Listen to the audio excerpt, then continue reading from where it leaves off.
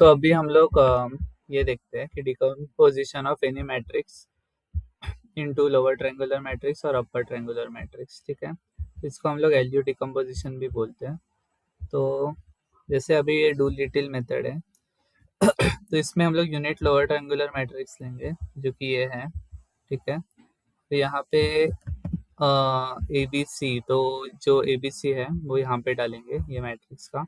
ठीक है, तो यहाँ पे ए आएगा, फिर मतलब ये ए बी, फिर सी ऐसा रहेगा, फिर डी, फिर ई, और फिर एफ, और फिर जी एच है, ऐसा रहेगा एक मैट्रिक्स।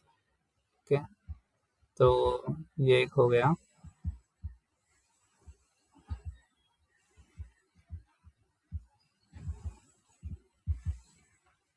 तो ये कैसा मैट्रिक्स रहेगा, इसको हम लोग को दो मैट्रिक्स में डिकम्पोज करना है। तो पहले हम लोग ने एक unit unit lower triangular matrix लिया और एबीसी यहाँ पे डाला, और D E F upper triangular matrix में डाल दिया। ठीक है, डी एफ जी एच है, तो ये डू लिटिल हो गया। क्राउड मेथड में क्या करेंगे, लोअर ट्रायंगुलर मैट्रिक्स लेंगे, तो जैसे A B C D E F, और इसको यूनिट अपर ट्रायंगुलर मैट्रिक्स में डाल देंगे जी एच को जो बचे। तो ये क्राउड मेथड हो गया। अभी कॉलेज का मेथड में, फॉर कॉम्प्लेक्स मेथड हम लोग एल और एल ट्रांजुगेट में करेंगे, और रियल के लिए एल एल ट्रांसपोज के लिए। ठीक है, तो ये अभी अपना एक एग्जांपल है 1 to 213। तो इसको कैसे करेंगे देखते हैं। तो एग्जांपल में दूसरे वेबसाइट पे दिखाता हूँ। तो ए 1 2 और 12 13 है।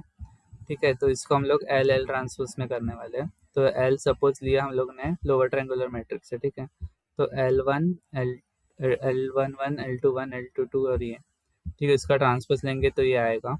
तो इसको अगर हम लोग मल्टीप्लाई करेंगे तो ये आएगा। ठीक है, तो इसको हम लोग अभी जो ओरिजिनल दी है इससे कंपेयर करेंगे। ठीक है, तो इसको कंपेयर करेंगे, तो यहाँ पे कंपेयर किया है, तो हम लोग को आएगा कि एल वन का स्क्वायर 1 है, तो एल वन वन वन हुआ, L one one, L to one तो एल वन का वन वैल्यू 1 है, तो यहाँ पे सब्सटीट्यूट किया, तो एल टू वन हम लोग को 2 मिला। ठीक है, फिर ये सॉल्व किया, अब एल टू वन मिला है, तो ये हम लोग निकालेंगे एल टू टू, तो एल टू टू मिला 3। ठीक है, तो ये सारे वैल्यूज हम लोग को मिल गए, तो फिर इसमें हम लोग सब्सटीट्यूट करेंगे।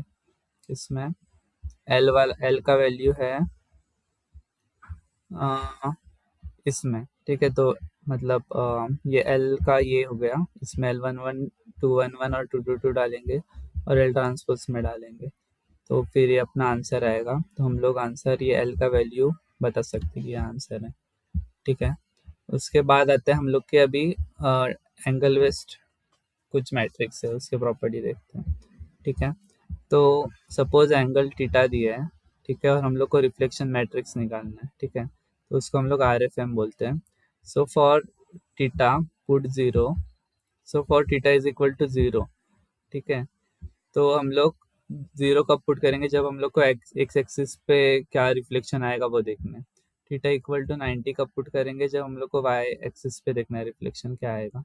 ठीक है, इसमें ये वाले में cos two theta sine to theta, sign to theta cos two theta में। ठीक है, फिर इसमें अगर जब हम लोग को x is equal to y के लिए, तो हम लोग 45 डिग्री पुट करेंगे थीटा। ठीक है, x is equal to y ऐसा क्रॉस रहता है तभी होता है। फिर y is equal to minus x के लिए देखना है, तो थीटा इज इक्वल टू -45 डालेंगे। और स्पेशल केस है कि अगर ओरिजिन के लिए निकालना है, तो रिफ्लेक्शन मैट्रिक्स हमेशा ये आएगा, ये हम लोग को लर्न करना है, -1 0 0 और -1। अभी रोटेशन मैट्रिक्स पूछा है, तो ठीक है, तो रोटेट अगर कर रहा है, तो अगर थीटा बोलेंगे तो एंटी क्लॉकवाइज। ठीक है, तो हम लोग एंटी क्लॉकवाइज 90 डिग्री बोल रहे हैं, तो थीटा हम 90 बोलेंगे। अगर क्लॉकवाइज बोल रहे हैं तो थीटा माइनस डालेंगे, तो मतलब 90 डिग्री क्लॉकवाइज बोल रहे हैं, तो ये इसमें हम लोग क्या करेंगे कि थीटा का वैल्यू हम लोग -90 डाल देंगे। ठीक है, ऐसे अगर क्लॉकवाइज निकालना है तो।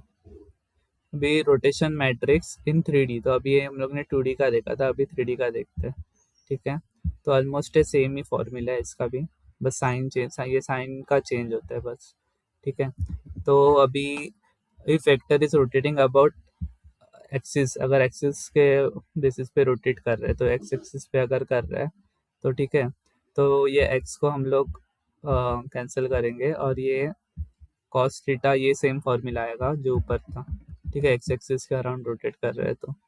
अगर वेक्टर वाई एक्सिस के अराउंड रोटेट कर रहे हैं तो ये पहले तो वाई वाला जाएगा, और साइन अभी एक बार शिफ्ट होएगा, ठीक है, नीचे आएगा। अभी अभी अगर जेड एक्सिस के अलोंग कर रहे हैं तो फिर से एक बार शिफ्ट होएगा, अभी वापस ऊपर वाले के पास चला गया, ठीक है, ऐसा।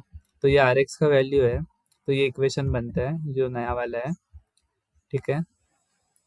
तो इसका अगर हम लोग को वैल्यू निकालना है तो ये आर एक्स का वैल्यू यहाँ पे सब पुट सब्स्टिट्यूट करके हम लोग सॉल्व कर सकते हैं फर्दर, ठीक है, इक्वेशन बनेगा। अभी अगर केस टू क्या है, कोऑर्डिनेट सिस्टम इज रोटेटिंग, ठीक है, तो अगर कोऑर्डिनेट सिस्टम रोटेट कर रहा है तो ट्रांसपोज ऑफ केस वन करेंगे, ठीक है। तो केस वन का ट्रांसपोज मतलब क्या कि इसको कुछ छेड़ना नहीं है, ठीक है, बस जो फॉर्मूला बीच वाला है वही, मतलब कि अभी ये कॉस थीटा था और ये माइनस साइन थीटा, तो यहाँ पे माइनस था तो यहाँ पे माइनस आ जाएगा एक्स के लिए। अभी एक्स वाई के लिए यहाँ पे माइनस था नीचे, तो अभी ऊपर चला गया, और जेड के लिए अभी ऊपर माइनस था तो नीचे चला है, ठीक है। और कुछ अलग तो नहीं कर रहे ट्रांसपोज, बस इतना ही पार्ट ट्रांसपोज कर रहे, ओके, इतना ही पार्ट ट्रांसपोज कर रहे, ऐसा। अभी इसको अगर सॉल्व करना है, एक एग्जांपल देखते हैं।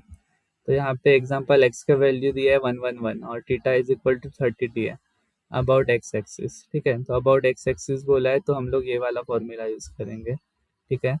तो ये x dash y dash z dash क्या बनेगा कि एक्स का वैल्यू दिया है बराबर, तो इसका हम लोग सॉल्व करके निकालेंगे, इसको इससे मल्टीप्लाई करेंगे जो एक्स का दिया है, तो हम लोग को नया वेक्टर मिल जाएगा, ओके। ऐसा हम लोग सॉल्व करेंगे ये लीनियर अलजेब्रा की प्रॉब्लम।